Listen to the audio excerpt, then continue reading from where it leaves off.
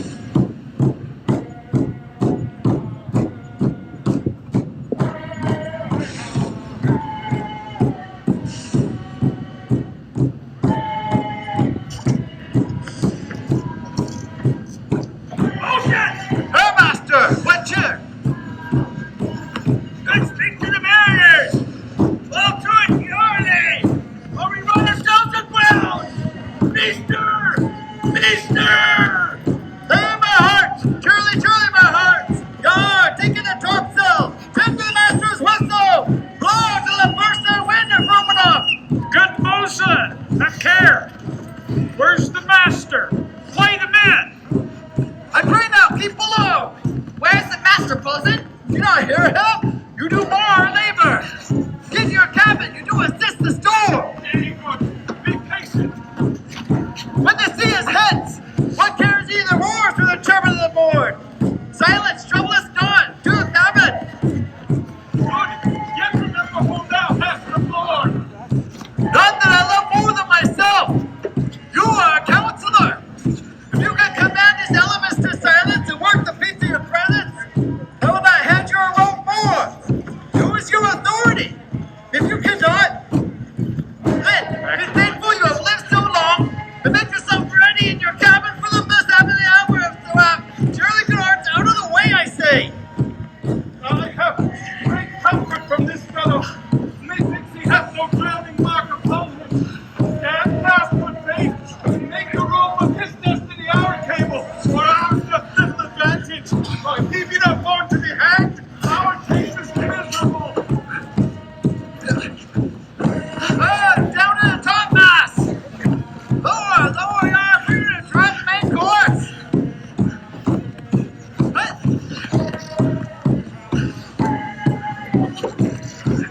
What? The pox on your throats, you dog! Plague! All this howling, louder than the weather of our office. You! Hang, cur! Hang, you horse and insolent noisemaker! We are less afraid to be drowned than thou art! I warrant him from drowning, though this ship be no stronger than a nutshell. Aho! Aho! Set her two courses off to sea! Lay her off!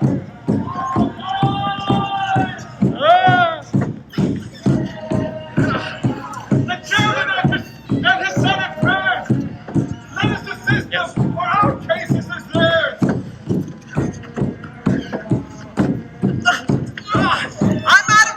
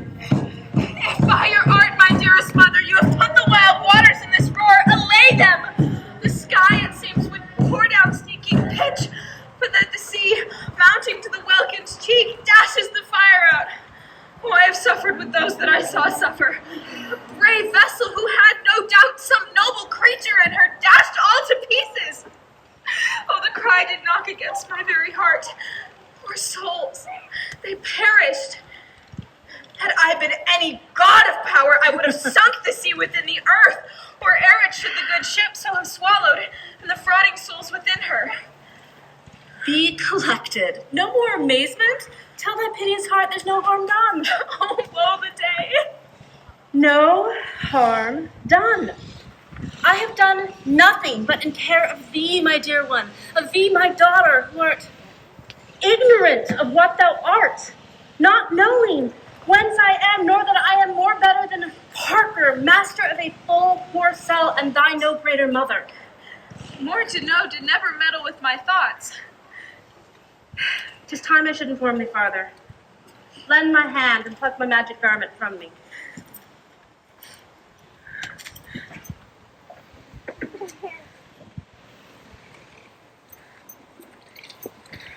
Lie there, mine art.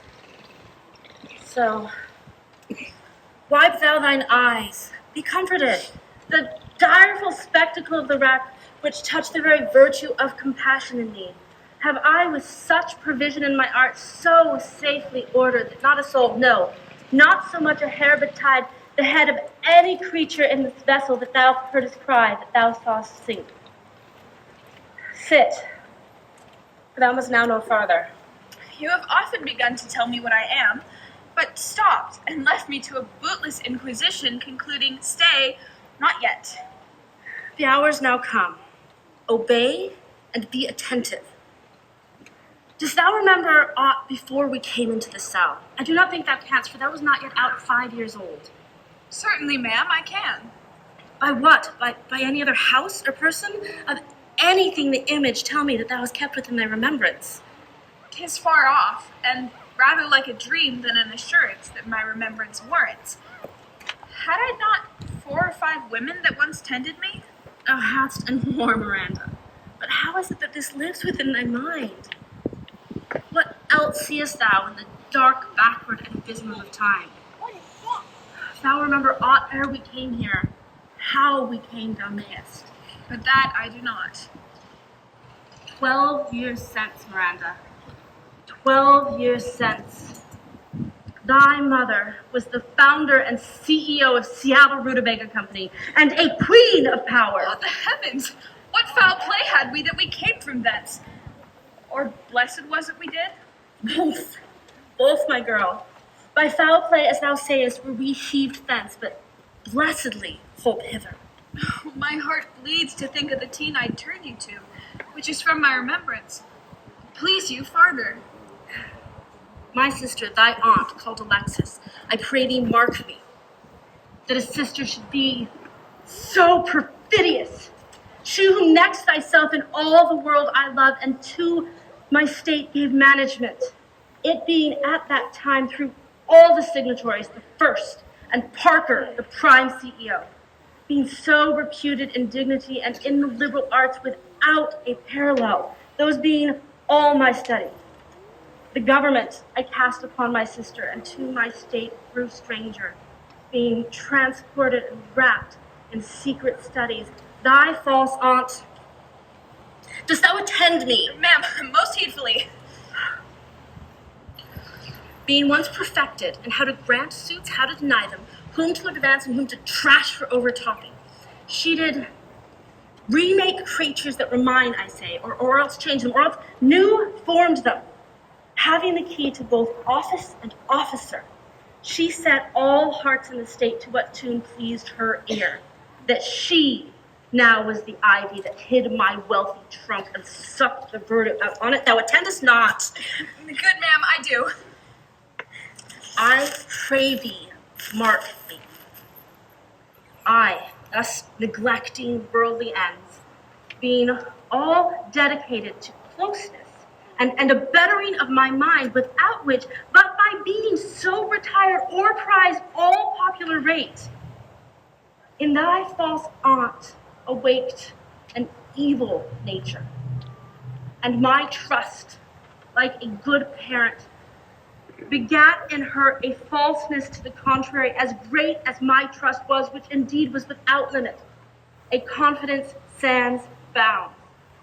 She, being thus promoted, both with what my revenue yields and what else my power might exact, like one who having into truth by the telling of it, made such a sinner of her memory to credit her own lie, She did indeed believe she was the CEO. Out of that substitution and executing the outward face of authority with all prerogatives, thus her ambition growing, dost thou hear? Your tale, ma'am, would cure deafness. To have no screen between the part she played and him she played it for, she needs must be absolute CEO. Me, poor woman, my library was ownership large enough.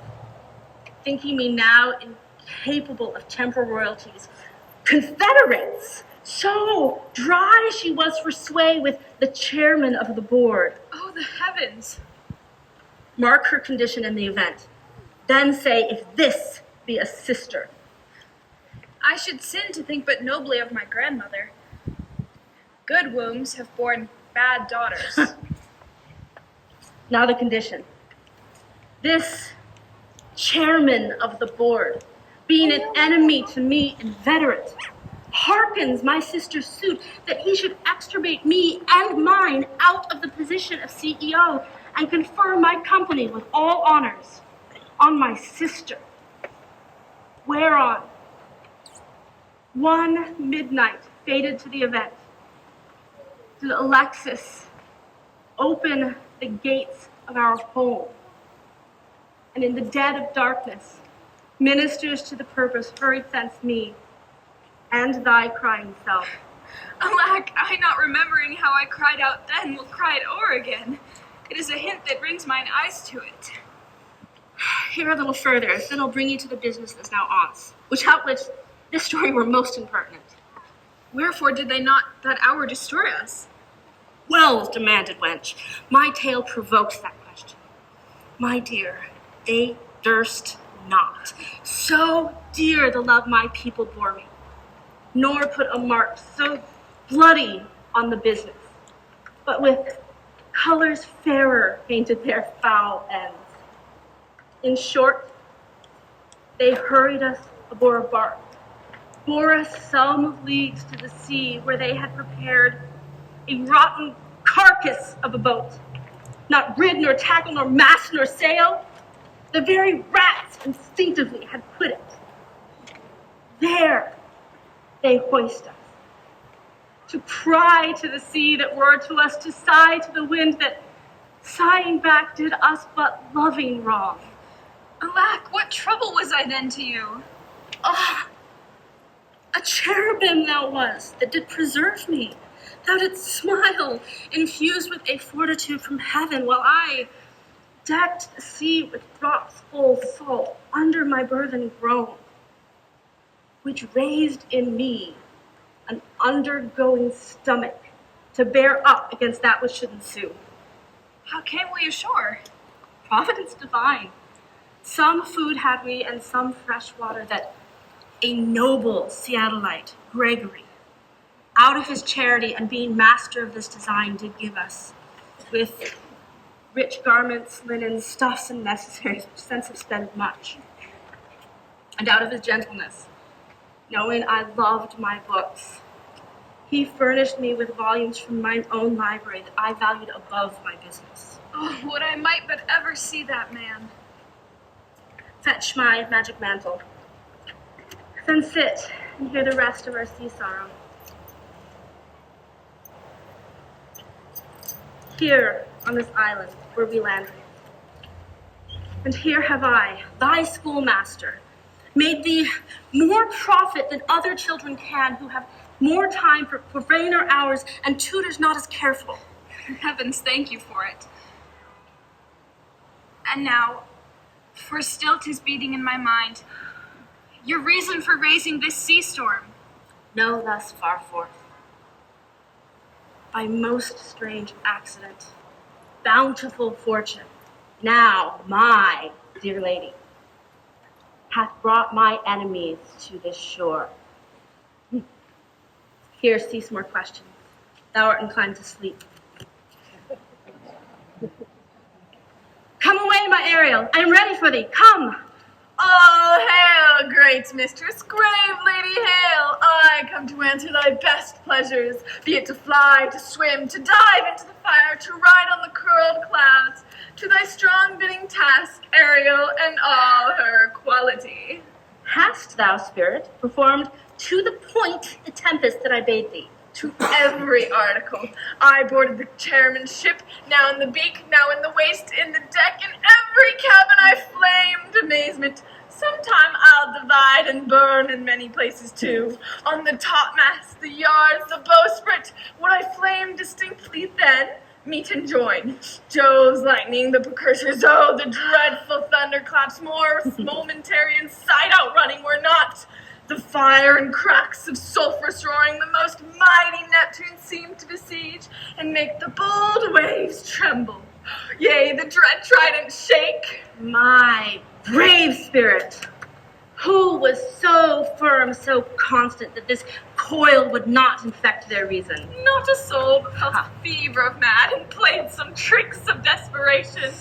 All the mariners plunged into the foaming brine and quit the vessel.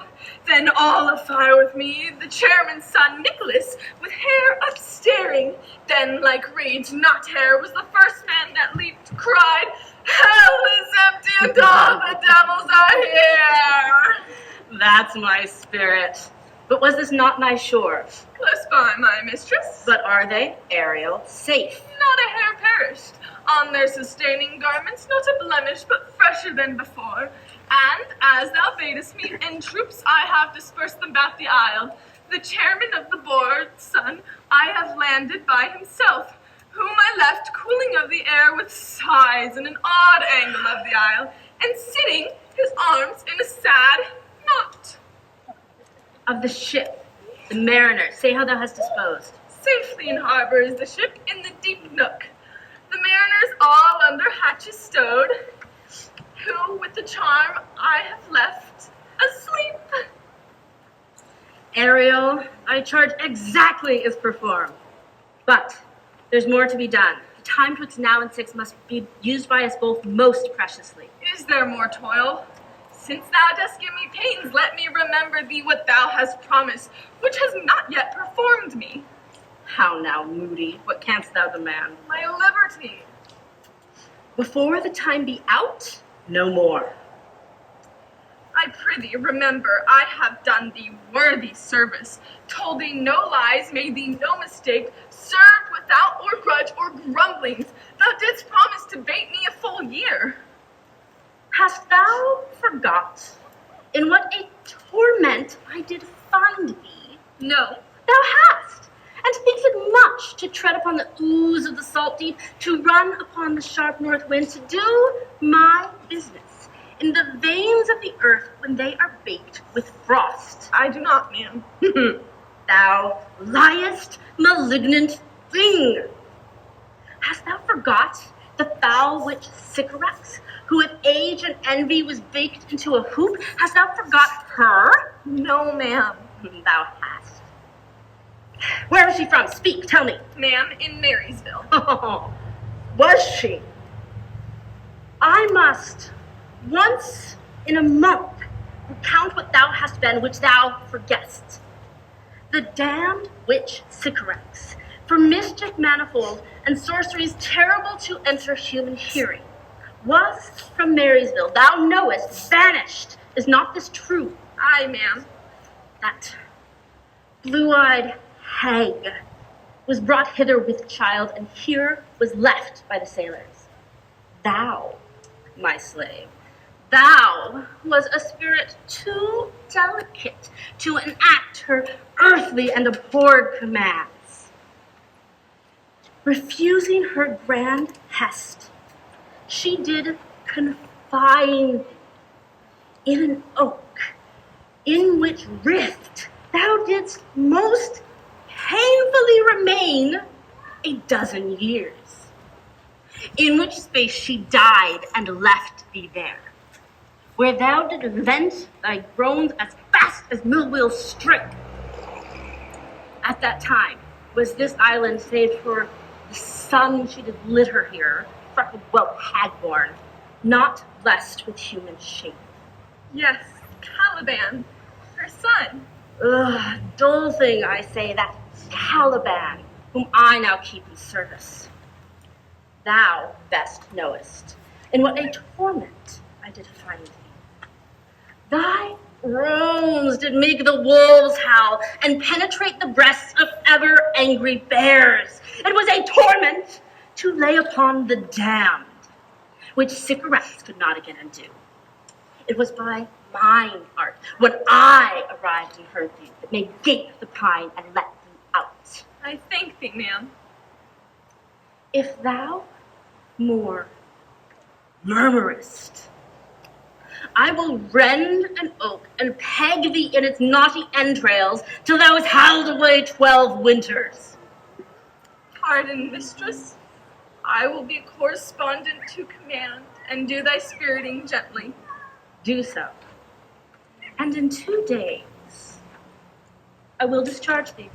Oh, that's my noble mistress. What shall I do? Say what? What shall I do? Oh, go make thyself like the salmon or the rivers.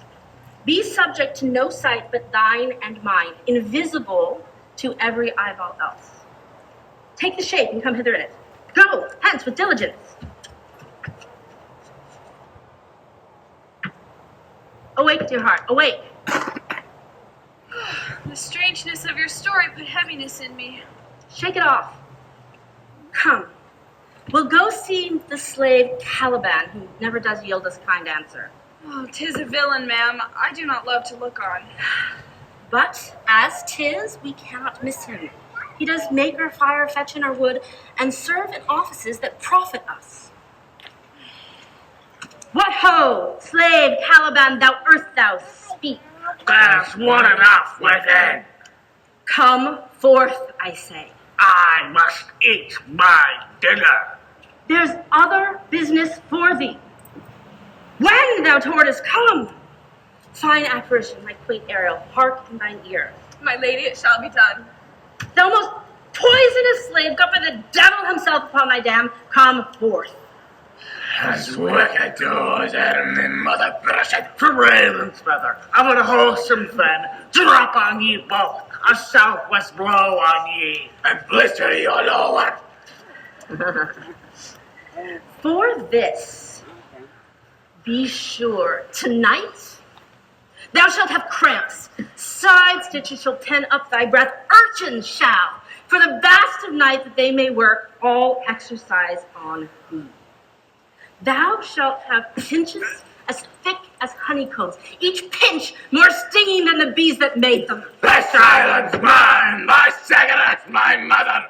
What thou takest from me? When thou camest first, thou strokest me and madest much of me, whisked me water with berries in it, and teach me how to name the bigger light, and how the less that burned by day, at night. And then I loved thee, and showed thee all the qualities o' the isle, the fresh springs, brine pits, barren places further. Cursed be that I did so. All the charms of cigarette, birds, beetles, bats, light on you. But I am all the subjects that you have, which was first mine own king. And here you do sty me in this earth rock, while you keep from me the rest of the isle. Thou most lying slave, whom stripes may move, not kindness. I use thee, filth though thou art, with human care. Let thee lodge in mine own cell till thou didst betray me. Oh, wouldn't have been done till thou torment me. Kill thee nicely. Abhorred slave, on whom any print of goodness will not stick, being capable of all ill. I pity thee, took pains to make thee speak, taught thee each hour one thing or another. When thou, savage, did not know thine own meaning, but would prattle like a thing most brutish, I endowed thy purposes with words that made them known. But thy vile race, though thou couldst learn, had that within it which delicate natures could not abide to be with. Therefore was thou deservedly confined in this rock who did deserve more than prison. You taught me my language, and my proper heart is... I know what that is. The red black radio were learning me your language. Hagseed, hence! Fetch in the wood, and be quick. Thou art best to answer other business. Shruggest thou, malice? If thou neglects or does unwillingly what I command, I will rack thee with cramps, fill thy bones with aches, make thee howl that beasts shall tremble at the den. No, lady, I must obey. I deserve such power. He would control my dad's god Cerebos and make a vassal of her. So, slave, hence. Yellow sands and then take hands. Curtsy when you have and kiss the wild waves whist. Foot it featly here and there, and sweet sprites the burthen bear. Where should this music be? By the air or the earth? It sounds no more. In short, waits upon some god o' the island. This music crept by me upon the waters, allaying both its fury and my passion with sweet air. Thence I have followed it, where it hath drawn me rather, but 'tis gone. No, it begins again. Full fathom 5 thy father lies, of his bones are coral made, those are pearls which were his eyes. Nothing of him that doth fade, but suffer a sea change into something rich and strange. Sea nymphs hourly ring his now. The ditty does remember my drowned father. This is no mortal business, nor no sound that the earth owes. I hear it now above me. Advance the fringed curtains of thine eyes, and say what thou seest yon. What is it? A spirit? Lord, how it looks about. Believe me, ma'am, it carries a brave form, but 'tis a spirit. No, daughter, it eats and sleeps and has such senses as we have such. The gallant that thou seest there was in the wreck, and though he is but somewhat stained with grief, that's beauty's canker. Thou might call him a goodly person. He has lost his foes and strays about to find them. I might call him a thing divine, for nothing natural I ever saw so noble. It goes on, I see, as my soul prompts it. Spirit, fine spirit, I shall set thee free in 2 days for this. Most sure, the goddess on whom these dares attend, vouchsafe my prayer may know if you remain upon this island, that you will some good instruction give how I may bear me here. My prime request, which I do last pronounce, is, oh, you wonder, if you be maid or no? No wonder, sir, but certainly a maid. What? Wert thou if people of Seattle heard thee? Single thing as I am now, to hear thee speak of Seattle. With mine eyes, never since an ebb, beheld the chairman of the board, my father wrecked. Alack for mercy. Yes, faith and all with him. They have changed eyes at first sight. Delicate Ariel, I set thee free for this. A word, good sir. I fear thou hast done thyself some wrong. A word. Why speaks my mother so ungently? This is the second man that e'er I saw. The first that e'er I sighed for. Pity, move my mother to be inclined my way. Oh, if your affection not gone forth, I'll marry thee. Soft, sir. One word more. They are both in each other's powers, but this swift business I must uneasy make, lest too light winning make the prize light. One word more. I charge thee, attendest me. Thou hast here usurped the name thou owest not, and hast put thyself upon this island as a spy to take it from me, the lady aunt. No, as I am a man. There's nothing ill can dwell in such a temple. If the ill spirit have so fair a house, good will strive to dwell with it. Follow me. Speak you not for him, he is a traitor. I'll manacle thy neck and feet together. Sea water shalt thou drink. Thy food shall be fresh brook mussels, withered roots, and the husk wherein the acorn cradled. Follow. No, I will resist such entertainment till mine enemy has more power. Oh, dear mother, make not too rash a trial for him. For he is gentle and not fearful. What? My foot, my tutor. Put thy hands up, traitor, who makest to show but dare not strike. Thy soul is so possessed of guilt. Come from thy ward, for I can here disarm thee with this stick and make thy hands drop. Beseech you, mother. Hence, hang not on my garments. Ma'am, have pity. I'll be his surety. Silence. One word more shall make me chide thee. What? An advocate for an impostor? Hush! Thou thinkest, since thou hast seen no shapes set but he and Caliban, that there are no other such shapes. Foolish wench! To most of men, that is a Caliban, and they to him are angels. My affections are, then, most humble. I have no ambition to see a goodlier man. Come on, obey. Thy nerves are in their infancy again and have no vigor in them. So they are. My spirits as in a dream are all bound up. My father's loss, the weakness which I feel, the wreck of all my friends, nor this woman's threats to whom I'm subdued, are but light to me.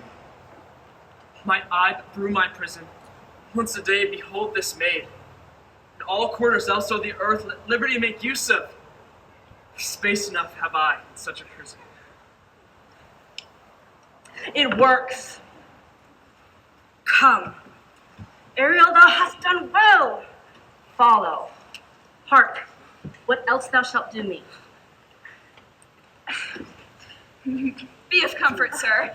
My mother's of a better nature than she appears by speech. This is unwanted, which has now come from her. Thou shalt be as free as mountain air. But first, do exactly each point of my command. To the syllable. Come, follow. Speak not for him.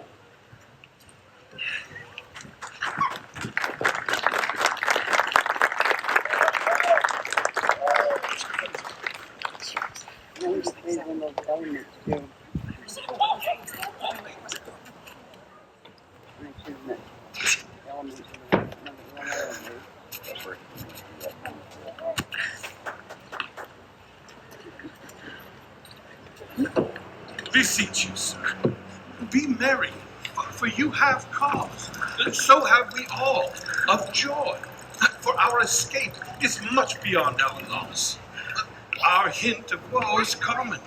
Every day some master of some merchant and the merchant have just our theme of woe, but for this miracle, I mean our preservation. Therefore, sir, wisely weigh our sorrow with our comfort. Prithee, peace. He receives comfort like cold porridge. The visitor will not give him more so. He's winding up the watch of his wit, and by it will strike. Sir, One tell. when every grief is entertained that's offered, comes to the entertainer. $1. Dolor comes to him, yes, indeed, you have spoken truer than you purposed. And you have taken it wiselier than I meant you should. Therefore, Aye, for the spendthrift to see of his tongue.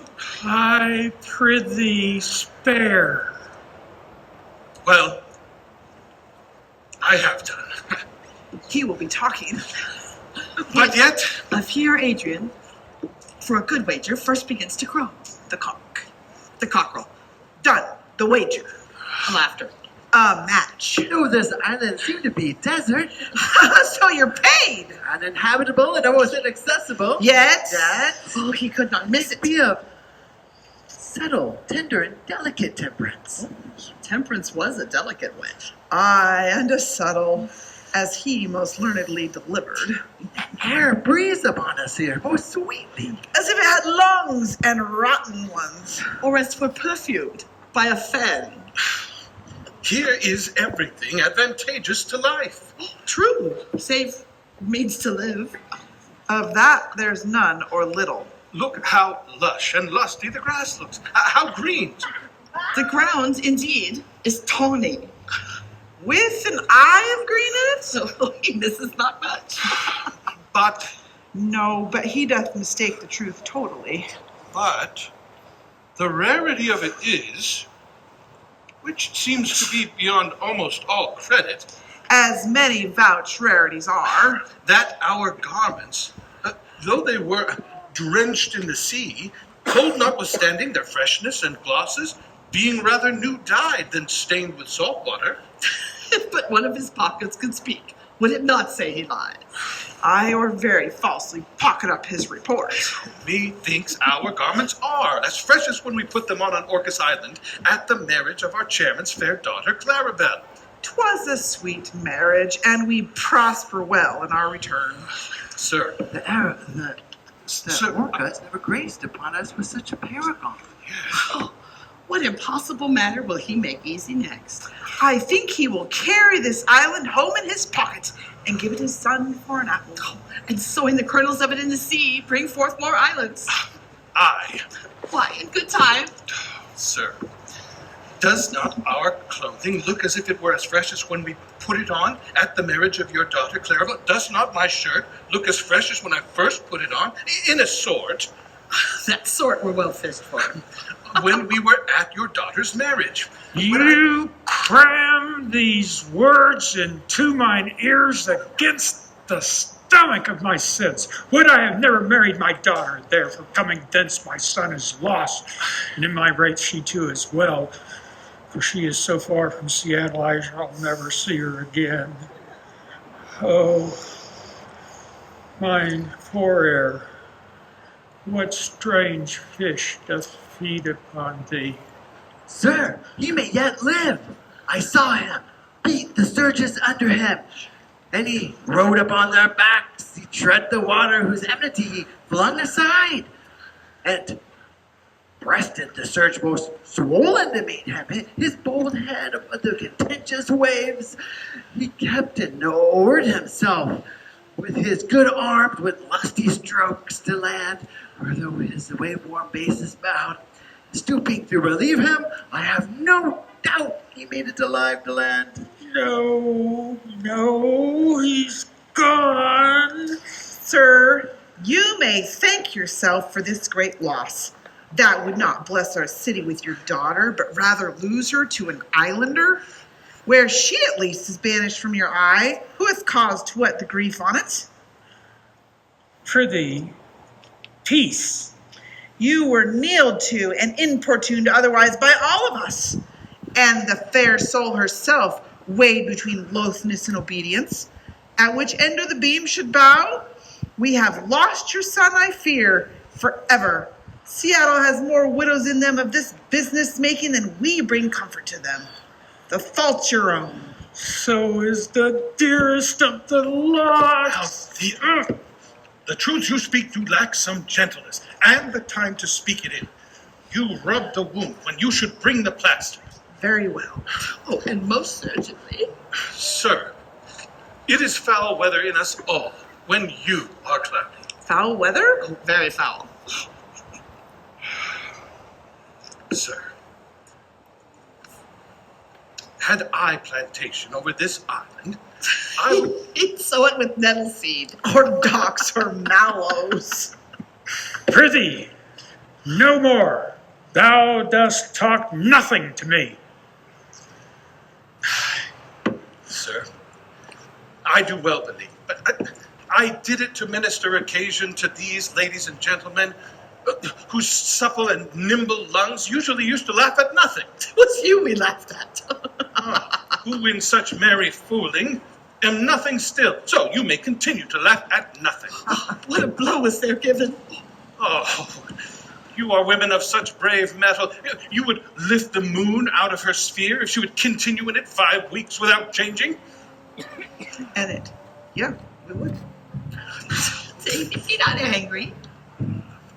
Well, I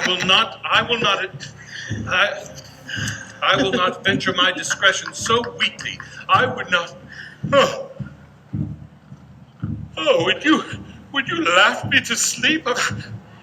I am very heavy. Go sleep and hear us.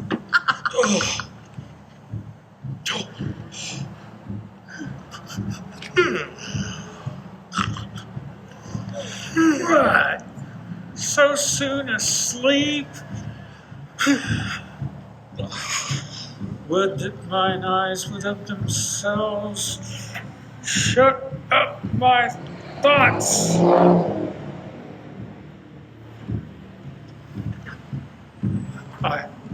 I find them inclining to do so. Please you, brother, do not omit the heavy offer of it. It seldom visits sorrow, and when it doth, it is a comforter. We too will guard your person while you take your rest and watch your safety.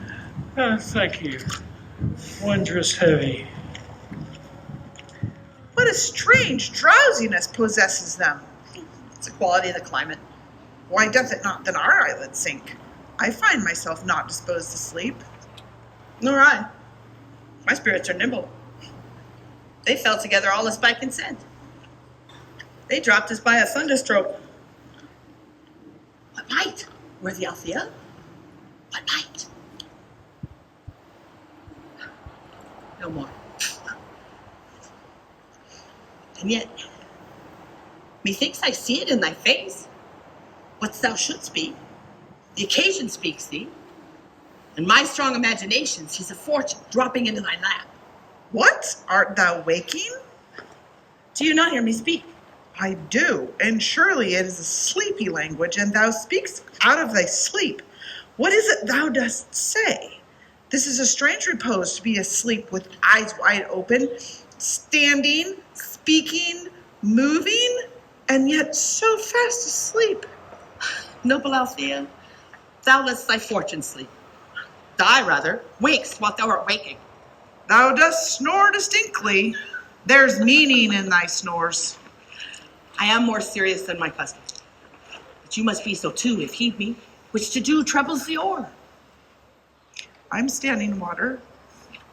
I'll teach you how to flow. Do so. To ebb hereditary sloth instructs me. If you but knew how you the purpose cherished while thus you mock it, how in stripping it you more invested. Ebbing men indeed most often do so near the bottom, run by their own fear of sloth. Prithee, say on. The setting of thine eye and cheek proclaim a matter from thee, and a birth indeed which throws thee much to yield. Thus, although this man of weak remembrance, this, who shall be of his little memory when he's earthed, has here almost persuaded, for he's the spirit of persuasion, only professes to persuade the chairman his son's alive. 'Tis as impossible that he's undrowned as he that sleeps here swims. I have no hope that he's undrowned. Out of that no hope, what great hope have you? No hope that way is another way, so high a hope even ambition dare not pierce a wink beyond, but doubt discovery there. Will you grant with me that Nicholas is drowned? He's gone. Then tell me, who inherits the chairman's fortune? Clarabelle. Clarabelle, thy niece. She that is living on that island? She that dwells so far removed she can have no care for managing vast wealth or business? She that for whom we were all sea swallowed, though some cast again, and by that destiny, to perform an act whereof what's past is prologue, what's to come in yours and my discharge. What stuff is this? How say you? 'Tis true my brother's daughter is heir of the money. A space whose every cubit seems to cry out. How shall that Clarabelle measure us back from Seattle? Keep in Orcus. Let Althea wake. Say this with death that now it sees them. Why, they were no worse than now they are. There be that can run the board as well as he that sleeps. Men that can prate as amply and unnecessarily as this Gregory. I myself could make a chuff of his deep chat. That you bore the mind that I do. What a sleep with this for your advancement. Do you understand me? Methinks I do. And how does your content tend to your own good fortune? I remember you did supplant your sister Parker. True. Look how well my garments sit upon me. Much feature than before. My sister's employees were then my fellows. Now they're my men. but for your conscience. Aye. Well, that's that. Rakayab would put me to my slipper. I feel not this deity in my bosom. 20 consciences that stand twixt me and Seattle. Candied be they, and melted they molest. Here lies your brother. No better than the earth he lies upon. If he were that which now he's like, that's dead. Whom I, with disobedient steel, 3 inches of it, could lay to bed forever. Whilst you doing thus, to the perpetual wink, for I might put this ancient morsel, this prudence, who should not upbraid our course. For all the rest, they'll take suggestion as a cat laps milk. They'll tell the clock to any business weekly befits the hour. Thy case, dear friend, shall be my precedent. As thou gottest the company, I'll come by my brother's fortune. Draw thy knife. 1 stroke shall free thee from my brother's oversight which thou endures. Perchance you name the new chairman of the board. Draw together. When I rear my hand, do you the same to fall it on Gregory. Oh, but 1 word. My mistress through her art foresees the danger that you, her friends, have sent me forth, or else her project dies to keep them living. While you here do snoring lie, open-eyed conspiracies, time doth take. If of life you keep a care, shake off slumber and beware. Awake, awake! Then let us both be sudden.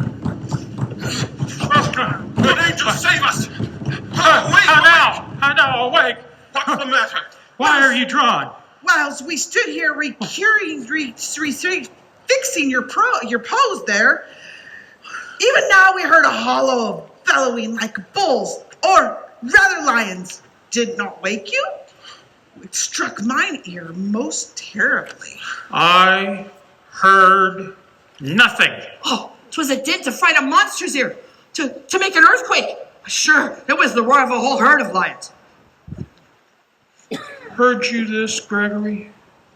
I heard a drumming, and a strange one, that's true, sir. I awoke, I shook you, and my eyes opening beheld them with their weapons drawn.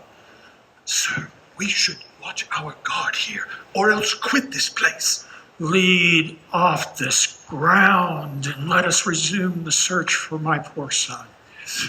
Yes, heavenly powers, protect him from these beasts, for he is surely in the island. Lead away. My mistress shall know what I have done. So, chairman, go safely on to seek thy son.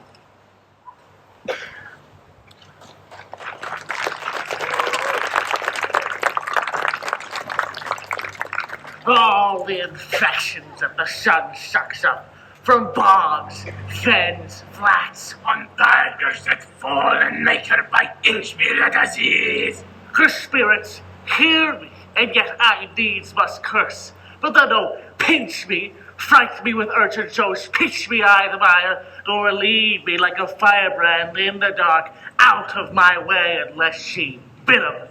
But for every trifle they shed upon me, sometimes like apes But mow and chatter at me, enough to bite me, then like hedgehogs. which lie tumbling in my barefoot way and mount their pricks at my footfall. Sometime am I all wound with adders, Who with cloven tongues to hiss me into madness. Lo, oh lo, here comes a spirit of hers, and to torment me for bringing wood in too slowly. How lie flat, perchance he will not mind me.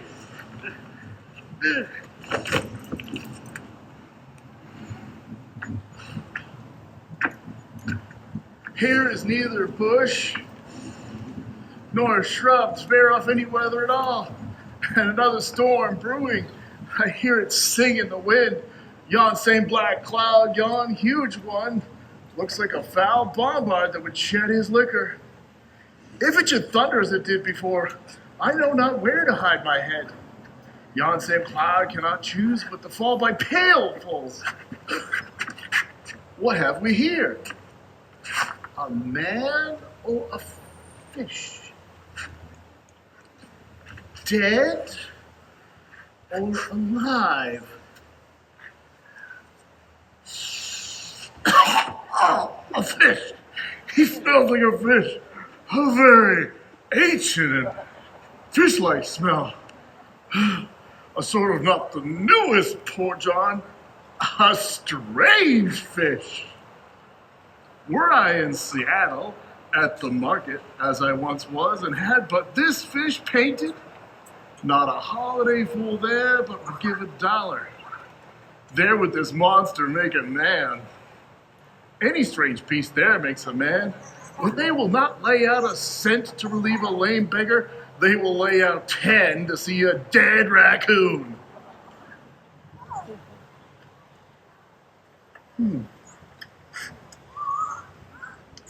Legged like a man.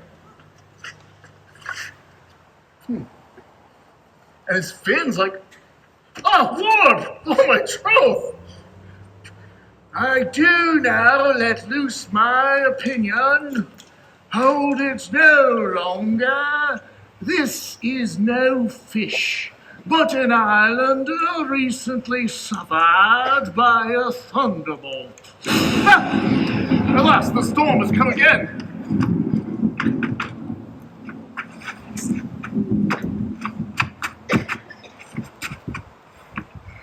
My only choice is to creep under his gabardine. There's no other shelter hereabouts. Misery acquaints a man with strange bedfellows.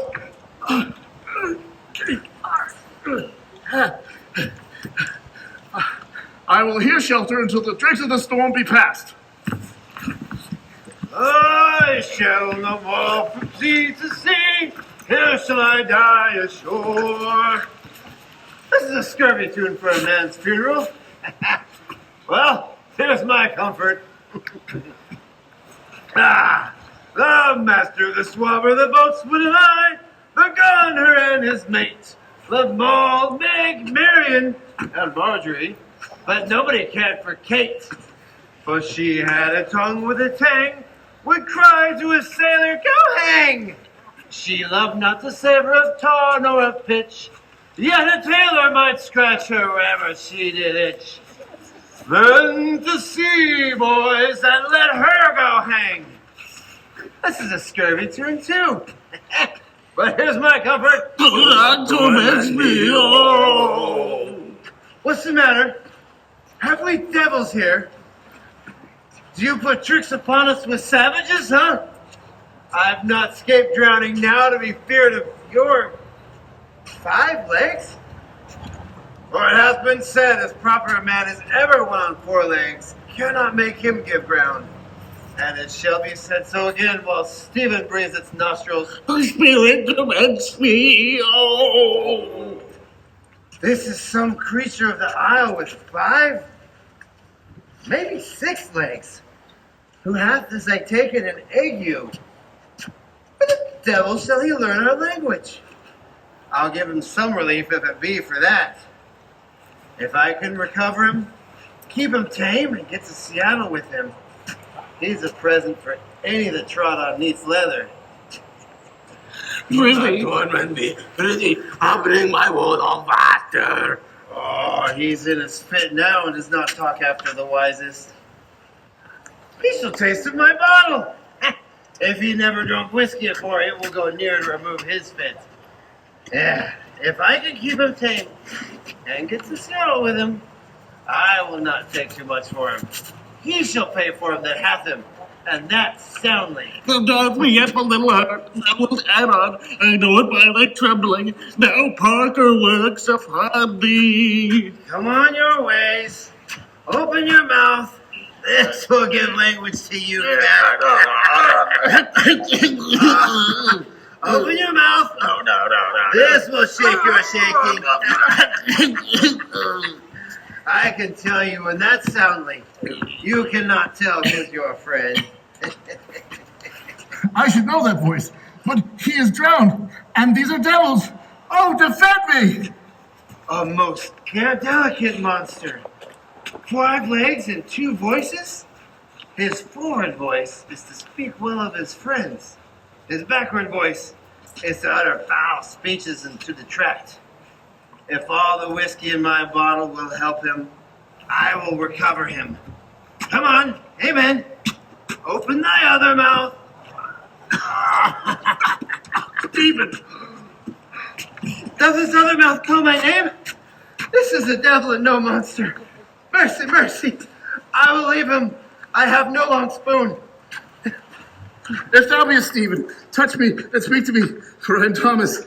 Be not afeard, thy good friend Thomas. If thou be Thomas, show thyself. I shall pull thee by the lesser legs. If any be Thomas's legs, these be they.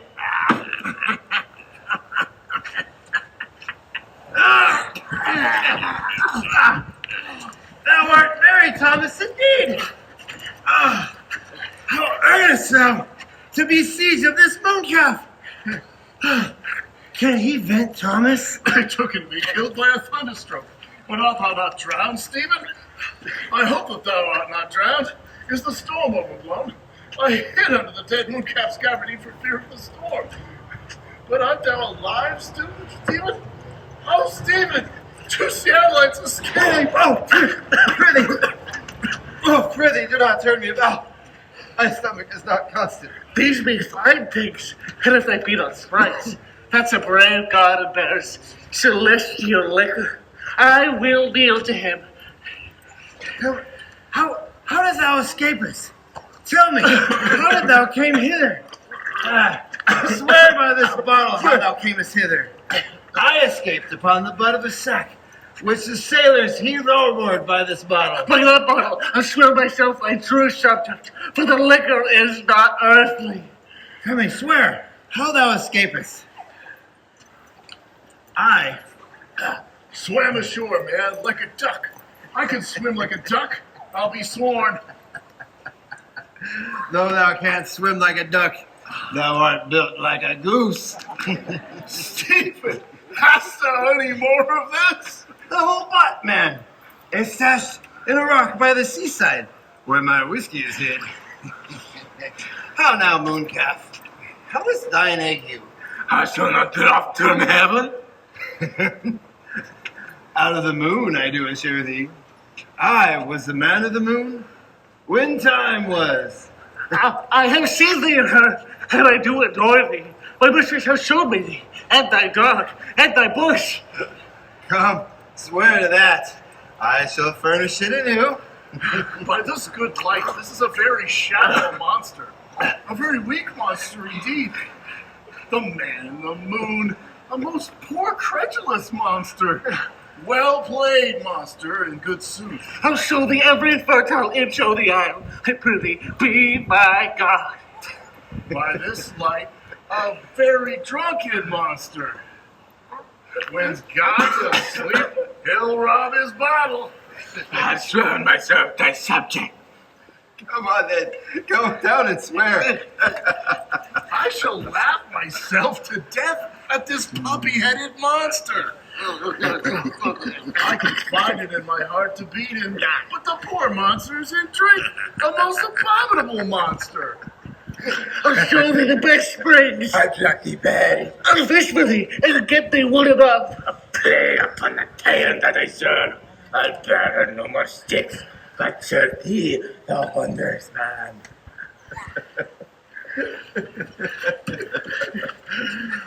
Oh, what a ridiculous monster to make a wonder of a poor drunkard. I'll show thee where crabs grow. And I, with my long nails, will take thee piglets. Show thee Jesus, and instruct thee how to snare that nimble marmot. I'll take thee to clustering bulbats, and sometimes I'll give these young scammers from the rocks. I prithee, wilt thou go with me? I prithee now, lead the way without any more talking. Thomas, our chairman and all else our company being drowned, we will inherit here. Here, bear my bottle. Fellow Thomas, we'll fill him by and by again. Farewell, my friend, farewell, farewell. Farewell, my friend, God is bending on the clouds. The strands that you washed you, and the Caliban, hang you back to. Come on, brave monster. Lead the way.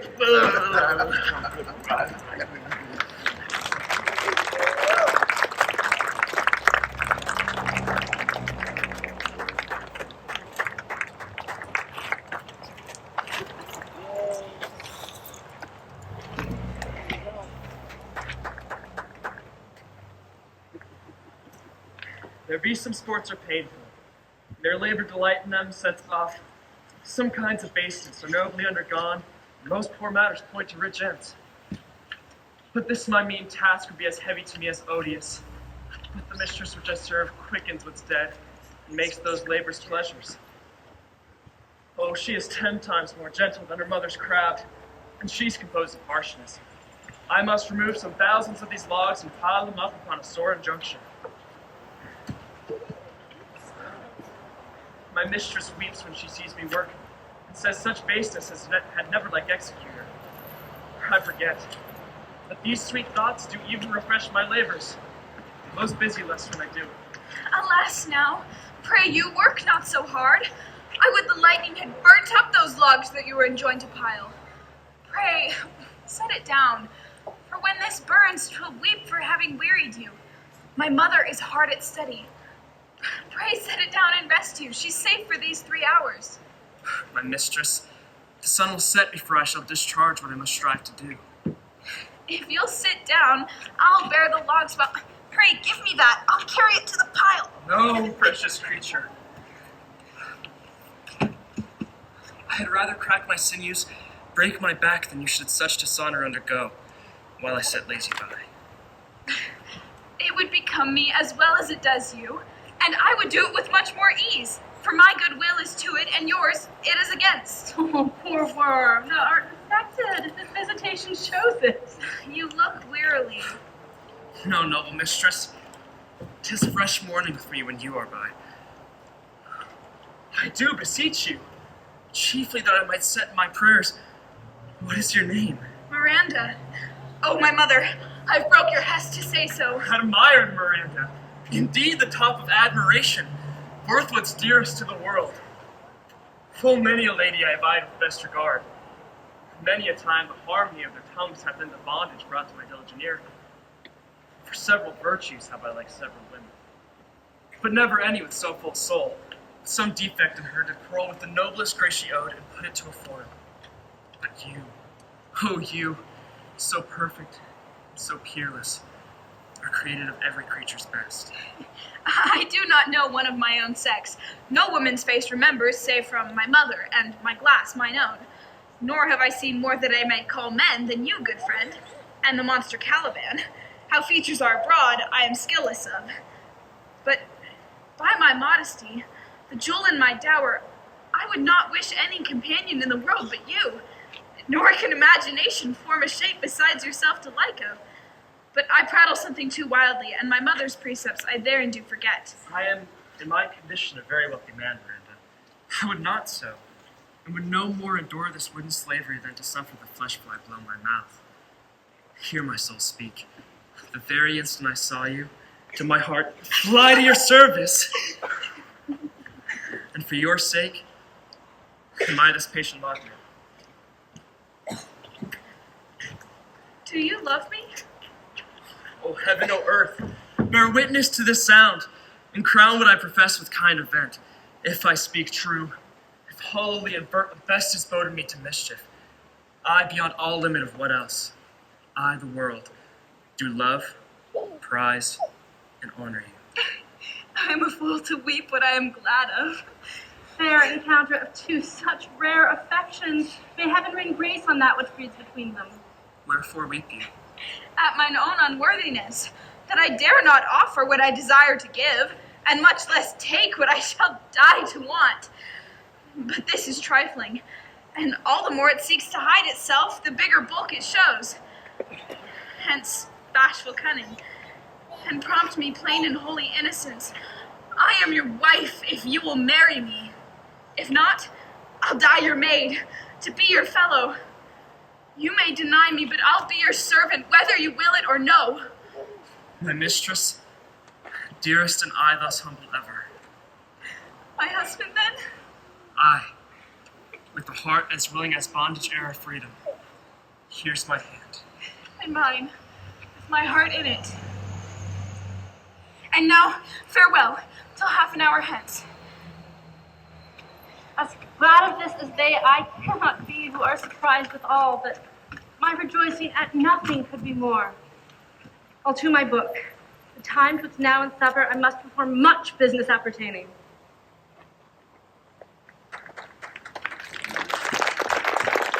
Tell not me. When the bud is out, we shall drink water, and not a drop before. Therefore, bear up and boredom. Serpent monster, drink to me. Serpent monster, the folly of this island. They say there is but 5 on this isle. If the other 2 be braided like us, the state totters. Serpent monster, drink what I bid thee. Thine eyes are almost set in thy head. Where would they be set else? He would be a brave monster indeed if they were set in his tail. Oh, my man monster hath drowned his tongue in sack. For my part, the sea cannot drown me. Nor go neither. But you lie like dogs and say nothing neither.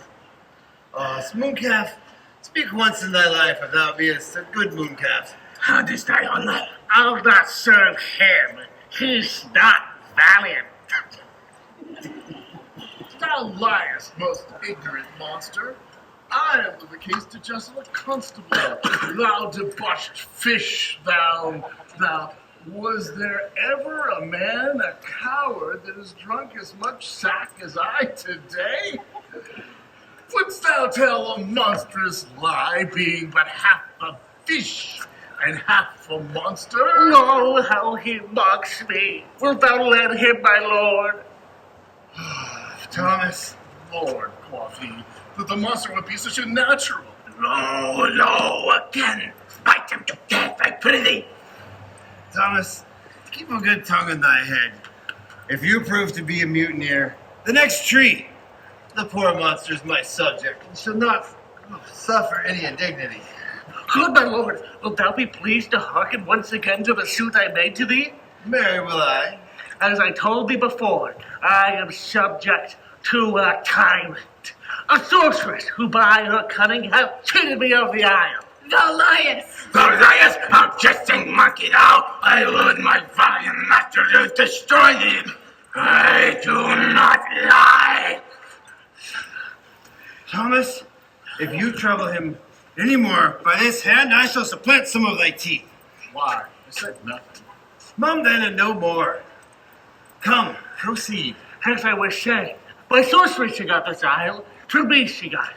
If I know thou wilt revenge it on her, for I know thou darest.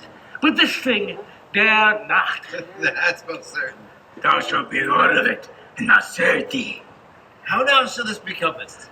Canst thou bring me to the party? Yeah, my lord. I'll yield her thee asleep. But thou mayest knock a nail into her head. Thou liest, thou canst not. What have I need this? Thou scurvy patch. I do beseech thy greatness. Give him blood. Take his bottle from him. And when that's gone, he shall drink not the prime, for I'll not show him where the quick fletches are. Thomas, run into no further danger, or by this hand I will turn my mercy out of doors and make a stockfish of thee. Why? I said nothing.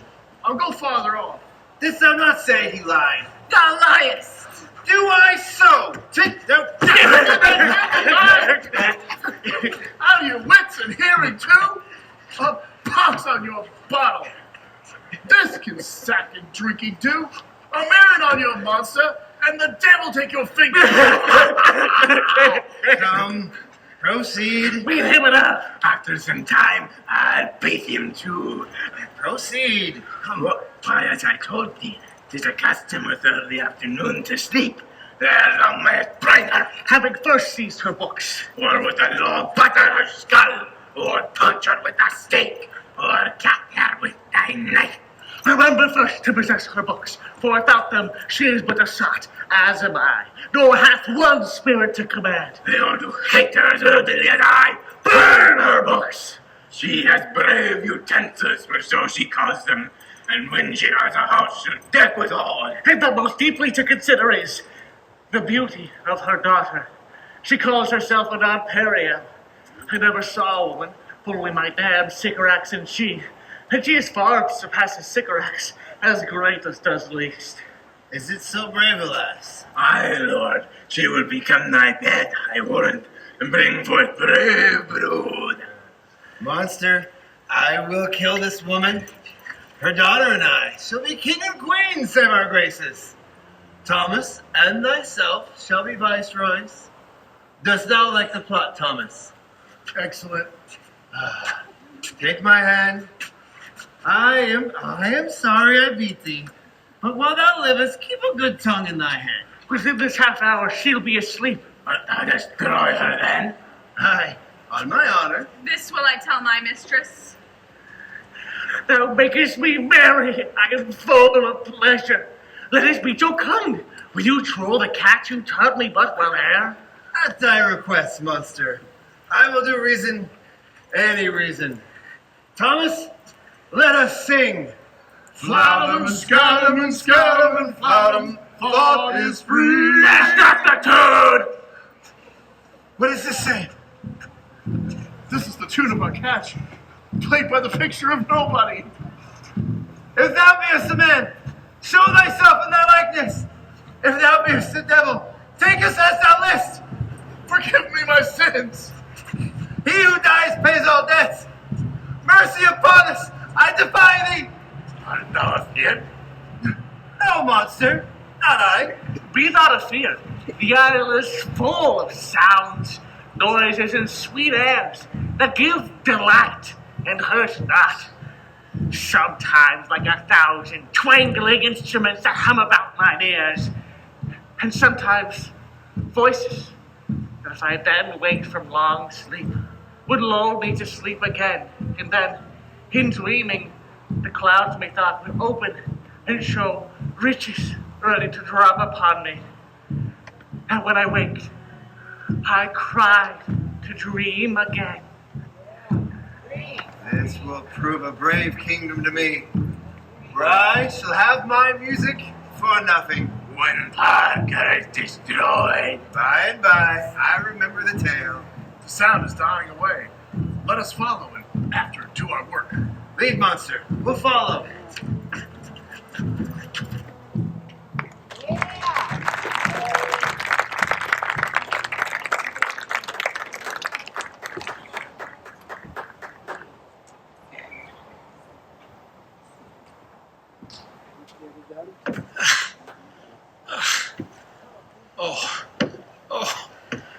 By a lichen, sir, I can go no further. My old bones ache. Here's a maze trod indeed through forthrights and meanderings. By your patience, sir, I needs must rest me. Old Lord, I cannot blame thee who am myself attached with weariness to the dulling of my spirits. Sit down and rest.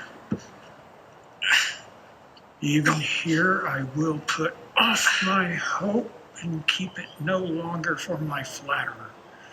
For he is drowned whom thus we stray to find, and the sea doth mock our frustrate search on land. Well, let him go. I am right glad he's so out of hope. Do not for one repulse forgo the purpose you resolve to effect. The next advantage we will take thoroughly. Let it be tonight. For now they're oppressed with travel, they will not, cannot use such vigilance as when they're fresh. I say tonight, no more. What harmony is this? My good friends, hark! Marvelous, sweet music. Give us, kind keepers, heavens. What are these? The living drollery. Now I will believe that there are unicorns and Sasquatch. Can't believe both. If in Seattle I would report this now, would they believe me? If I had said I had seen such islanders, for certes these are people of the island, and though they are of such monstrous shape, yet note, they are of such gentle kind that, well, more than in the human generation you shall find many, nay, almost any. Honest Lord, thou hast said well. Some of you here present are worse than devils. I cannot muse too much, such shapes, such gestures, such sound, expressing, although they want for use of tongue, a kind of excellent dumb discourse. Praise and departing. They vanished strangely. No matter, since they left their viands behind, for we have stomachs. Will please you taste of what is here. Not I. Oh, no, Faith, fear not, sir. For when we were boys, who would have thought that there would have been mountaineers who died with Sasquatch, or men whose heads stood in their breasts? But when now each putter out of 5 for 1 will give us good warrant of them. I stand to rise, though it be my last. For I fear with me the best is past. Sister Alexis, do as we. You are 3 beings of sin. You amongst all beings most unfit to live. I have made you mad, and even with such like valor men hang and drown their proper selves. You fools! I and my fellows are ministers of fate. The blades are tuned, your blades are now tempered. May as well wield the loud winds, or with the mock jet stabs kill the still closing waters, as diminish one down that's in my plume. My fellow ministers are like invulnerable. If you could hurt your knives are now too massy for their strengths. But remember, for that's my business to you, that you 3 from Seattle did supplant good Parker, exposed unto the sea, which hath requited her and her innocent child. For which foul deed the powers delaying, not forgetting, have incensed the seas and shores, yea, all the creatures against your peace. Thee of thy son Alexander they have bereft, and do pronounce by thee lingering perdition, worse than any death can be at once, shall step by step attend you and your ways, whose wrath to guard you from, which in this most desolate isle else falls upon your head, is nothing but hard sorrow and clear life ensuing. Bravely the figure of that eagle hast thou performed, my Ariel, a grace it had devouring. Nothing in my instruction hast thou bated what thou hast to say. So with good life and observation strange, my meaner ministers their several kinds have done. My high charms work, and these my enemies are all knit up in their distractions. They now are in my power. And in these fits, I leave them, while I go visit young Nicholas, whom they presume is drowned, and his and mine loved darling.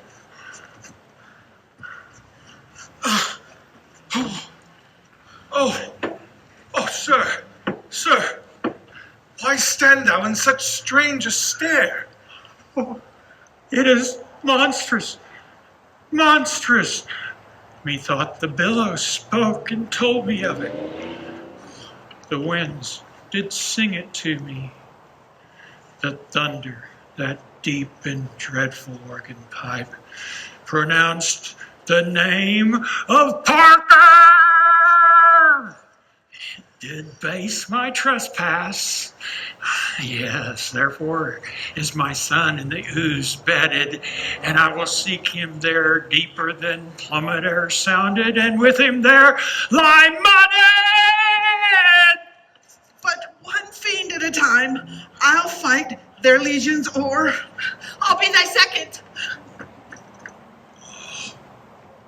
All 3 of them are now desperate. Their great guilt, like poison given to work a great time after, now bites the spirit. Oh, I beseech you who are of suppler joints, follow them swiftly and hinder them from what this great psychosis may provoke them to. Follow, I pray you. Yes.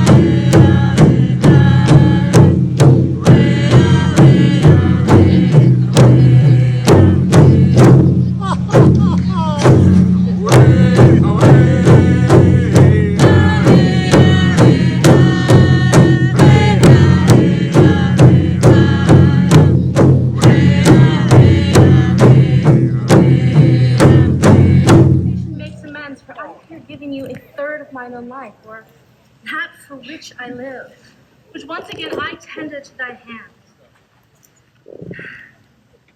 All thy vexations were but my trials of thy love, and thou hast strangely stood the test. Here, afore heaven, I ratify my rich gift.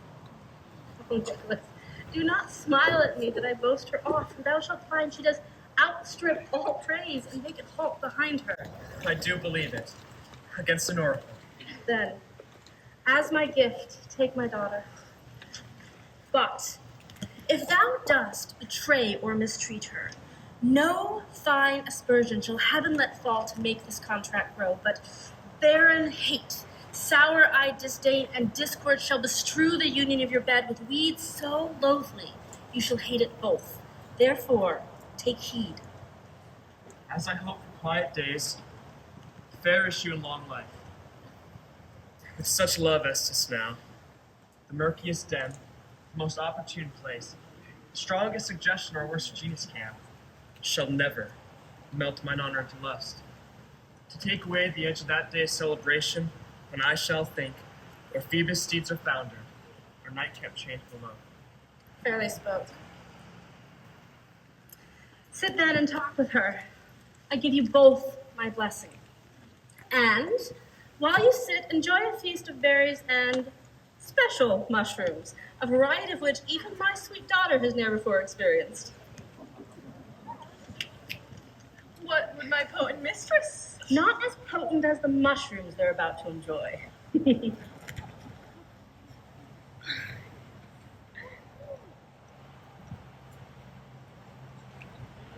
Thou and thy meaner fellows your last service did worthily perform, and I must use you for another such a trick. Go, fetch the rabble over whom I give thee power, and bring them to this place. Incite them to quick motion, for I must bestow upon the eyes of this young couple some vanity of mine art. It is my gift to them, and they expect it of me. Presently? I with a twink. Lovers twain, with hearts entwined, relax and sit while visions shine of shining nymphs and goddesses to come to give their blessing to your bonds of fun. Air so bright with living light and music spun from heart's delight, a joyous vision so different in tone than all you've seen since here you've grown. Behold the wonder that my art provides, my gift to you, my daughter the bride.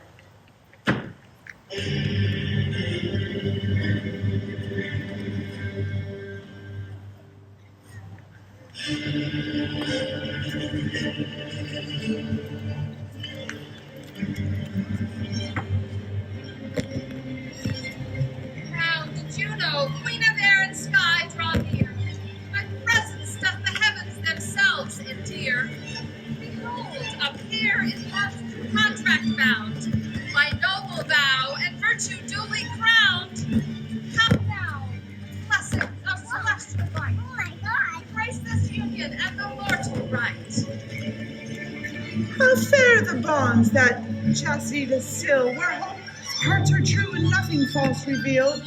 This union, born of patience, faith, and grace, shall flourish ever in time's fond embrace. Honor, riches, marriage blessing, long continuance and increasing. Juno sings her blessings on you, hourly joys be still upon you. This is a most majestic vision, harmonious charmingly. May I be bold to think these spirits? Spirit which by mine art I have from their confines called to enact my present fancies. Oh, let me live forever. So rare a wondered mother and a wife makes this place paradise. Sweet, now silence. Juno and Iris whisper seriously, there's more to be done. Hush and be mute, or else our spell is marred. With golden beams and rainbow's gentle hue, we circle round to gather what is due. So shall this pair be held in high esteem, their love more constant than a dreamer's dream. Let music sound and gentle spirits play while we celebrate this very special day. As queen of marriage I provide these my blessings by which thou shalt abide. I had forgot that foul conspiracy of the beast Caliban and his confederates. The minute of their plot is almost come. Well done! Abide! No more! This is strange. Your mother's in some passion that works her strong. Never till this day saw I her touched with anger so distempered. You do look, my son, in a moved sort, as if you were dismayed. Be cheerful, sir. Our revels now have ended, and these our actors, as I foretold you, were but spirits and are melted into air. Like this insubstantial pageant faded, leave not a wrack behind. We are such stuff that dreams are made on. Their little lives are rounded with sleep. Sir, I am vexed. Bear with my weakness. My mind is troubled. Be not disturbed by my infirmity, but if you please, retire into my cell and there repose. A turn or two I'll walk to still my beating mind. We wish your peace. Come with a thought, my Ariel, come! Thy thoughts I cleave to, what's thy pleasure? Spirit, we must prepare for Caliban. Aye, my commander, I thought to have told thee of it, but I fear lest I might anger thee. Say again, where hast thou left these varlets? I told you, ma'am. They were red hot with drinking, so full of valor that they smote the air for breathing in their faces, beat the ground for kissing of their feet, yet always bending towards their project. So I charmed them, I, that calf-like day, my lowing followed through tooth briars, sharp verses, pricking goss, and thorns which entered their frail shins. At last I left them, I, the filthy mantle pool beyond your cell. There, dancing up to the chin, so the foul lake where stunk their feet. This was well done, my fish. Thy shape invisible retain thou still. The trumpery in my house. Go, fetch it hither, for state to catch these thieves. I go. A devil. A born devil, on whose nature nurture could never stick. My pains, humanely taken, all lost, quite lost. And as with age his body uglier grows, so too does his mind canker. I will plague them all, even to roaring. Come.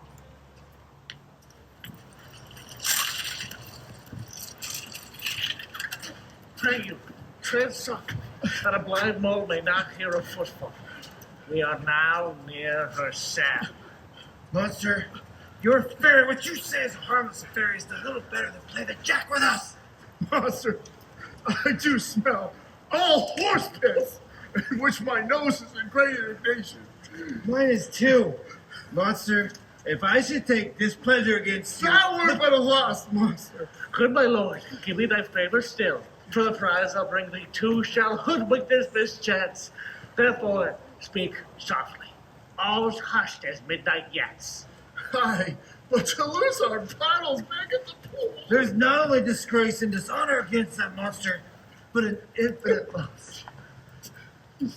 That is more to me than my wedding. Yet this is your harmless fairy, monster. I shall fetch off my bottle. Do I be your ears for my labor? Prithee, my king, be quiet. Seest thou here? This is the mouth of the cell. No noise, and enter. And do that good mischief which should make thee lord of the isle forever, and I thy Caliban. Very well, take my hand. I do have bloody thoughts. Oh, King Stephen!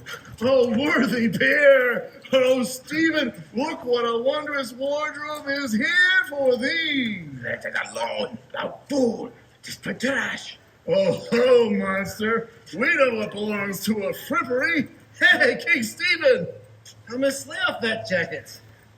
By this hand, I shall have this Thy jacket. grace shall have it. What do you mean to go thus on such luggage? Let alone and do the murder first. She awakes from door that crowns her bare skins with pinches. Make us strange stuff. You quiet monster. Mistress Line, is this not my hat? Now is the hat under the line.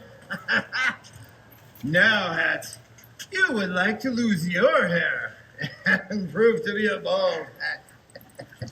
Do. We steal by line and level. And like your grace. I do appreciate the jest. Wit shall not go unrewarded while I am king of this country. Here is another garment for it.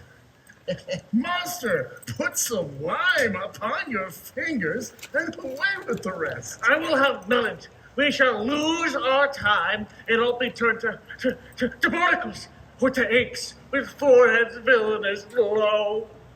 Away to your fingers, monster, and carry this away where my hogshead of whiskey is. If I will turn you out of my kingdom if you defy me. Go to, carry this. And this. Aye, and this. Hey, Mountain, hey! Silver! There goes Silver! Carry! There, Charlotte, there! Hark! Go!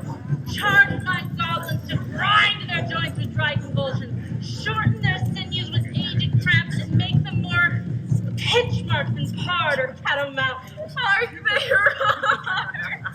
Let them be soundly hunted. At this hour, at my mercy lieth all mine enemies.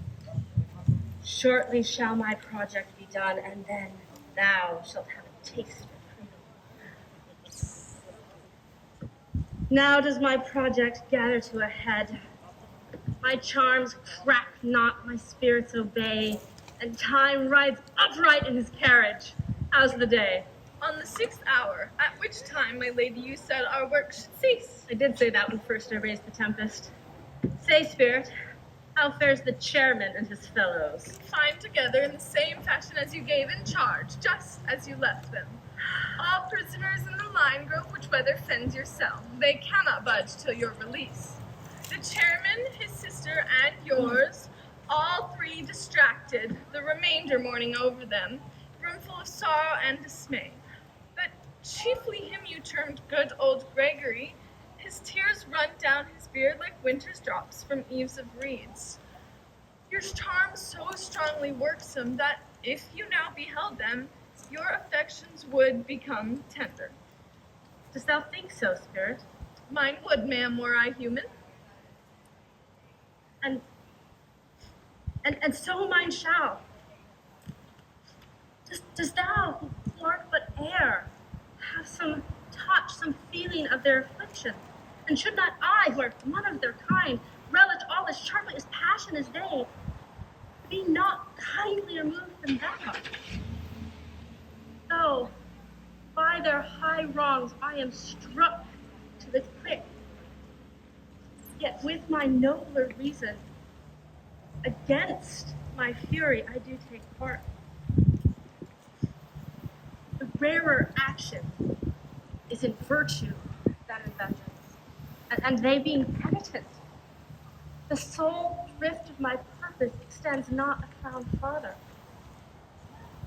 Go, Ariel, release them. I'll break my charms, restore their senses, and they shall be themselves. I'll fetch them, ma'am.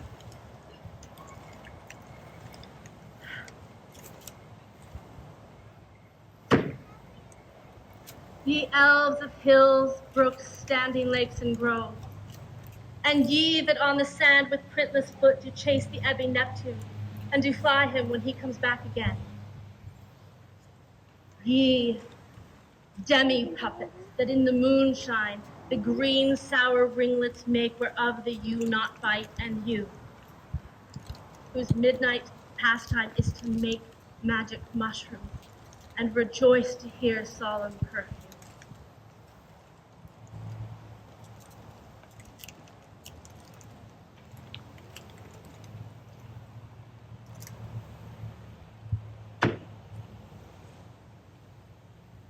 I have bedimmed the noontide sun, called forth the mutinous winds, and twixt the green sea and azure vaults set roaring war. To the dread rattling thunder have I given fire, and rift the oak with Jove's own bolt. The strong-based promontory have I made shake, and by the spurs plucked up the pine and cedar. Graves, at my command, have waked their sleepers oak and let them out by my so potent art. But this rough magic I here abjure, when I have required some heavenly music, which even now I do, to work my ends upon their senses, which this airy charm is for.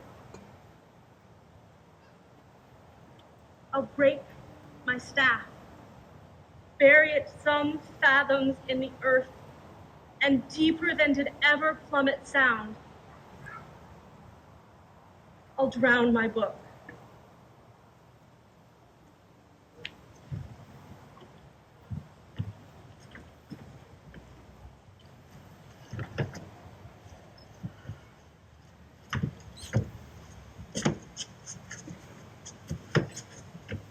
A solemn air, the best comforter to an unsettled fancy, cure thy brain, now useless and boiled within thy skull. There stand, for you are spell-stopped. Oh, holy Gregory, honorable man, mine eyes, even sensible to the show of thine, do fall fellowly drops. The charm dissolves apace, and as the day steals after the night, melting darkness, so too shall their rising senses chase the ignorant fumes that mantle their clearer reason. O good Gregory, my true preserver, and a loyal sir to him thou followest, I will pay home thy graces in word and deed. Most cruelly did thou, Alexander, use me and my daughter. Thy sister was a further in the act. Thou art pinched for it now, Althea. Flesh and blood, sister mine, who entertained ambition, expelled remorse and nature, who, with Althea, whose inward pinches therefore are most strong, would have killed Alexander. I do forgive thee, unnatural though thou art. Their understanding begins to swell, and soon the approaching tide will fill the reasonable shore that now lies foul and muddy. Not one of them yet sees or would know me. I'll decase myself and present me as I sometimes was Seattle. Spirit, quickly. Thou shalt ere long have thy freedom.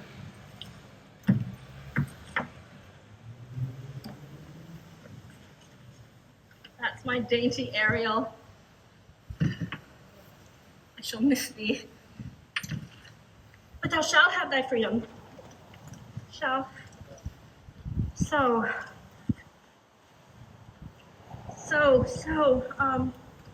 To the chairmanship. There you shall find the mariners asleep under the hatches, the boatswain being awake, and force him to this place. And quickly, I prithee. I drink the air before me, and return or ere your post twice beat.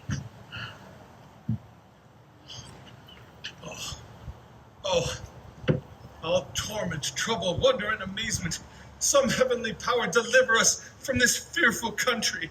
Behold, the wronged CEO and founder of Seattle Rutabaga Company, Parker. And for more assurance that a living leader does here speak with you, I embrace thy body and bid thy company hearty welcome. If thou beest she or no, or some enchanted trifle to abuse me, as I have been of late, I do not know. My pulse beats as of flesh and blood, and since I saw thee, the affliction of my mind amends, with which the madness held me. This must crave, if this be at all. A most strange story. Thy company I resign, and do entreat thee, pardon me my wrongs.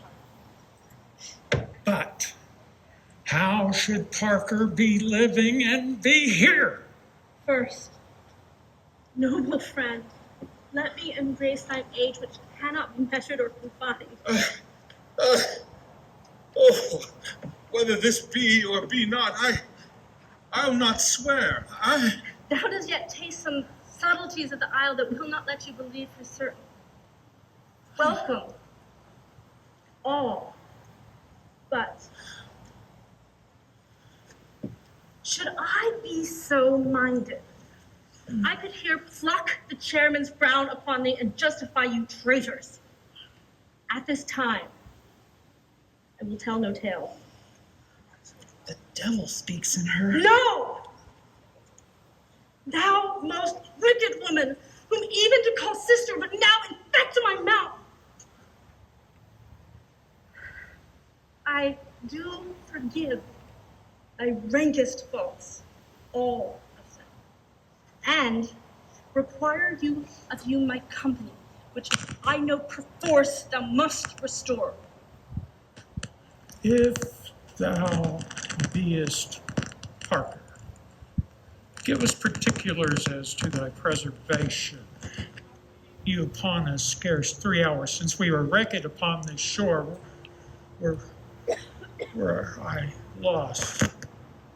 How pointedly sharp the memory is, my dear son Nicholas. I am woe for it, sir. Irreparable is the loss, and patience says it is beyond her cure. I rather think thou hast not sought her help, whose soft graces for a like loss I have her sovereign aid and rest myself content. You the like loss? As great to me of late. And to make supportable this dear loss have I means much weaker than thou have to comfort thyself, for I've lost my daughter. A daughter? Oh, heavens. Would that they were together in Seattle there, husband and wife. To that end, I would wish myself mudded in that cozy bed where my son lies. When did you lose your daughter? In this last tempest. I perceive the people at this encounter do so admire that they devour their reason and scarce think their eyes do offices of truth. Their words are natural breath. But howe'er so jostled you are from your senses, know this for certain, that I am Parker, that same woman who was thrust of Seattle and most strangely was landed on this isle where thou was wrecked to be lady on it. But no more of this for now. It is a chronicle of day by day, not a relation for a breakfast, nor befitting this first meeting. Welcome, sir. This sells my home. Here I have few tendons and subjects none abroad. I pray you, look in. Since you have my company given me again, I will requite you with as good a thing. At least bring forth a wonder to content you. Sweet Lord, you play me false. No, my dearest love, I would not for the world. Yes, for $1 million you should wrangle, and I would call it fair play. If this be a vision of the island, one dear son shall I twice lose. A most high miracle. Though the seas threaten, they are merciful. I have cursed them without cause. The blessings of a glad father compass thee about. Arise and say how you camest here. Oh, wonder! How many goodly creatures are there here? How beauteous mankind is! A brave new world that has such people in it! 'Tis new to thee. What is this maid with whom thou wast at play? Your eldest acquaintance of her could be but 3 hours. Is she the goddess that hath severed us and brought us thus together? Sir, she is mortal, but by a mortal providence she is mine. I chose her when I could not ask my father for advice, nor thought I had. She is daughter to this leader, of whom so often I've heard renowned, but never saw before. Of whom she has given me a second life, a second lady this lady makes her to me. I am hers. Oh, how oddly it must sound to beg forgiveness of one's child. Sir, there stop. Do not burthen our remembrances with a heaviness that's gone. Yes. I had only wept or should have spoke ere this. You gods, look down, and on this couple drop a blessed crown, for it is you who have chalked the way that brought us hither. I say amen, Gregory. Was Parker thrust from the company that her issue might inherit the wealth of the chairman?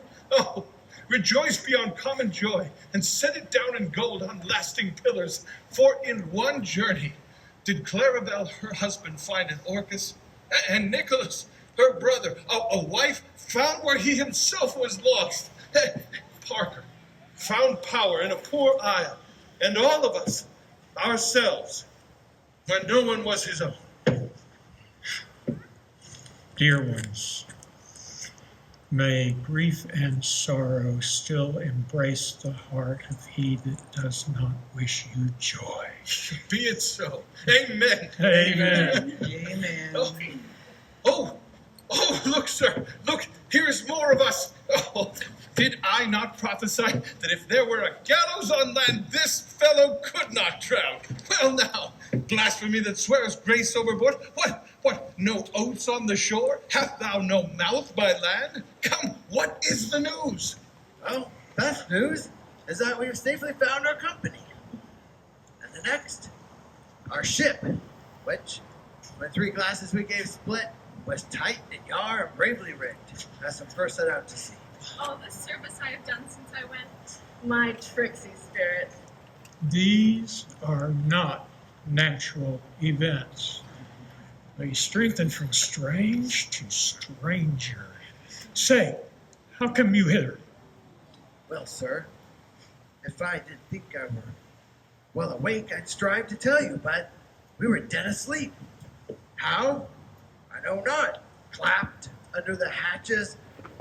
Even now, we hear several strange noises of roaring and shrieking and howling, the jingling of chains, and a diversity of other sounds, all horrible. And then we are awakened straightway in liberty, all within our trim. We freshly beheld a very gallant royal ship, and a captain capering to eye her. Even in a trice, so please you, or even in a dream where we all divided from them, and then brought moping hither. Wast well done? Bravely, my diligence. Thou shalt be free. This is as strange a maze as e'er men trod. There is much in this business that nature is not conduct of. Needs be some oracle to rectify our knowledge. Sir, do not infest your mind with feeding on the strangeness of this business. At pit leisure, which shall be shortly, single all resolve which to you shall seem probable of every happen accident. Till then, be cheerful and think on each thing well. Come hither, spirit. Release Caliban and his confederates. Untie the spell. How fares my gracious lord? There are yet missing of your company some few odd lads whom thou does not remember. Every man shift for all the rest. Let no man care for himself. All is but fortune. Coraggio, bully monster. Coraggio. If these be true spies which I wear in my head, this is a goodly sight. Oh, Shenabos, these be brave spirits indeed, and I'll find my masteress. I am afraid she will chastise me. What things are these, Alexis? Will money buy them? Very like.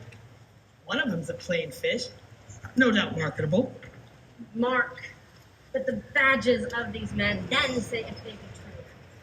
This misshapen knave, his mother was a witch, and one so strong could control the moon, make ebbs and flows, and deal in her command all without her power. These three have robbed me and plotted to take my life. Two of these fellows you must know and own. This thing of darkness, I acknowledge mine. I shall be pitched to death. Is this not Stephen, my drunken chauffeur? He is drunk now. Where had he whiskey? And Thomas is reeling right. Where came they upon this golden liquor that hath gilded them so? How came you in this pickle? I have been in such a pickle ere I saw you last that I fear me will never out of my bones. I shall not fear a flyboy. Why, how now, Stephen? Touch me not. I am not Stephen, but a cramp. You'll be king of the Isle, Sirrah. I should have been a sore one then. That is as strange a thing as ever I looked on. He is as disproportioned in his manner as in his shape. Go, Sirrah, to my cell and take your companions with you. And as you wish to have my pardon, trim it handsomely. Aye, that I will, and I'll be wise hereafter, and look to seek thy grace. What on earth do I ask as I to take these drunken gods and worship these fools? Go to, away. Hence, and bestow your luggage where you found it. Or stole it, rather. Sir, I do invite you and your train to myself for this one night, for part of which I shall waste with such discord as I have no doubt shall make it go quick away. The story of my life and the particular accident since I came to this isle. Then in the morn, I'll to your ship, and thence to Seattle, where I have hoped to see the nuptials of our dear beloved solemn night.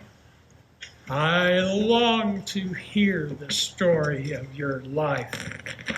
It must take the ear strangely.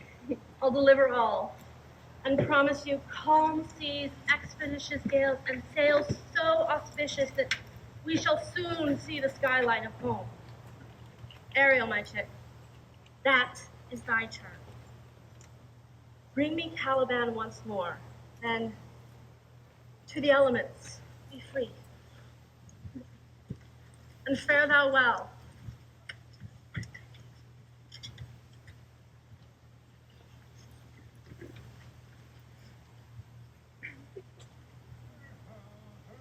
Caliban, you ne'er did bid me take you in as guest, nor teach you things wherein I thought you blessed. I erred to press my tongue, my creed, my will, and shape your world with hands that did you ill.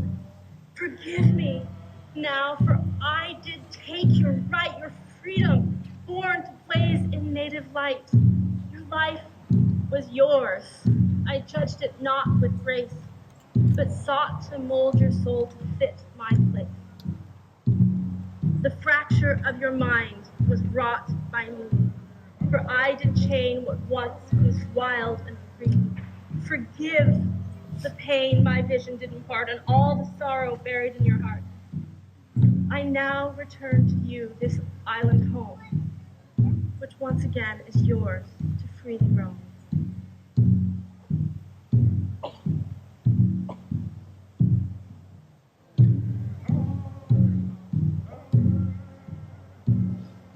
Now, my charms are all o'erthrown, and what strength I have mine own, which is most faint, now 'tis true.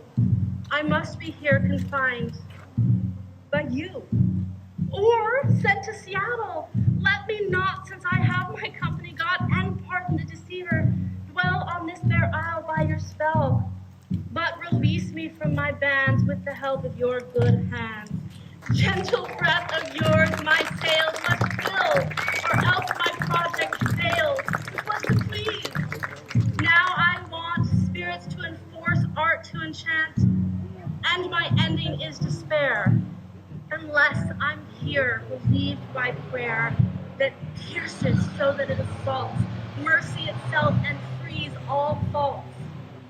As you from crimes would pardoned be, let your indulgence set me free.